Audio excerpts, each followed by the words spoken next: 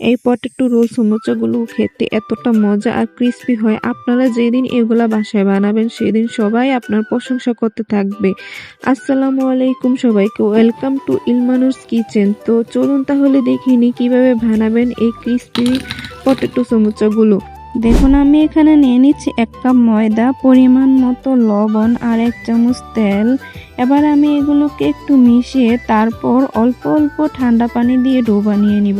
একসাথে বেশি পানি দিতে যাবেন না, তা না হলে ডো নরম হয়ে যাবে। দেখুন, আমার ডো বানানো হয়ে গিয়েছে। এবার আমি এটাকে একটু ঢাকা দিয়ে 10 মিনিটের জন্য রেস্টে রেখে দেব। দেখুন, আমি এখানে 2টা আলু নিয়ে নিয়েছি। এবার আমি আলুগুলোকে ভালো করে ম্যাশ করে নেব, যাতে একটু দানা দানা ভাব না থাকে। আমার ম্যাশ করা হয়ে গিয়েছে। এবার আমি এখানে 2 চামচ কর্নফ্লাওয়ার দিয়ে দিচ্ছি। তারপর দিয়ে দিচ্ছি পেঁয়াজ কুচি, মরিচ কুচি, ধনিয়া পাতা কুচি। তারপর দিয়ে দিচ্ছি জিরার গুঁড়া, ধনিয়ার গুঁড়া। তারপর দিয়ে দিচ্ছি টেস্টি সল্ট, এটা আপনারা অপশনাল নাও দিতে পারেন। তারপর দিয়ে দিচ্ছি পরিমাণ মতো লবণ।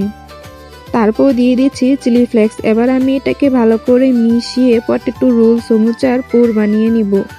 দেখুন, আমার পুর বানানো হয়ে গিয়েছে। এবার আমি এটাকে ঢাকা দিয়ে এক সাইডে রেখে দিচ্ছি। দেখুন, 10 মিনিট রেস্টে রাখার পর ডোটা কতটা নরম এবং সফট হয়ে গেছে। এবার আমি অর্ধেকটা ডো নিয়ে নিচ্ছি। এবার আমি এটাকে একটা বড় করে রুটি বেলে নেব। চেষ্টা করবেন একটু বড় করে রুটিটা বেলার জন্য। আমার রুটি বেলা হয়ে গেছে। এবার আমি একটা মাঝে ছোট বাটি বসিয়ে দিচ্ছি।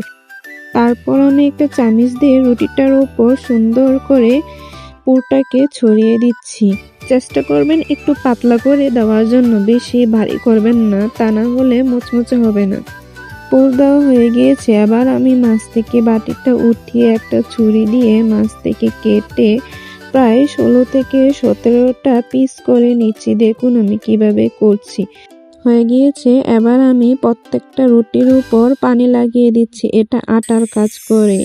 এভাবে পানি লাগিয়ে নিলে তাহলে রোলগুলো ফুলে যাওয়ার কোনো চান্স থাকবে না। দেখুন, আমি রোলগুলো বানিয়ে নিচ্ছি। কতটা সহজ, আপনারাও যদি একটু চেষ্টা করেন পারবেন।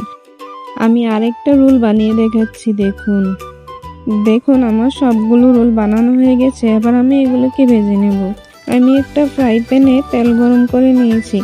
এবার এক এক করে সবগুলো রোল দিয়ে দিচ্ছি। আমি চুলার আঁচটাকে মিডিয়াম টু লো আঁচে রেখে এই রোলগুলো ক্রিস্পি হওয়া পর্যন্ত ভেজে নেব। দেখুন, রোলগুলো ভাজা হয়ে গিয়েছে। এবার আমি এই রোলগুলো তেল ঝরিয়ে তুলে নিব। আপনারাও এই রেসিপিটা বাসায় তাড়াতাড়ি ট্রাই করেন আর আমাকে জানাবেন যে কেমন হয়েছে। আর আমার এই রেসিপিটি ভালো লাগলে অবশ্যই একটা লাইক, কমেন্ট, সাবস্ক্রাইব করে দিয়েন। আপুরা যেন পরবর্তী রেসিপি দিলে আপনাদের কাছে সাথে সাথে চলে যায়। আর এরকম আরো মজার মজার রেসিপি আনতে চলেছি। সবাই ভালো থাকবেন। আল্লাহ হাফেজ।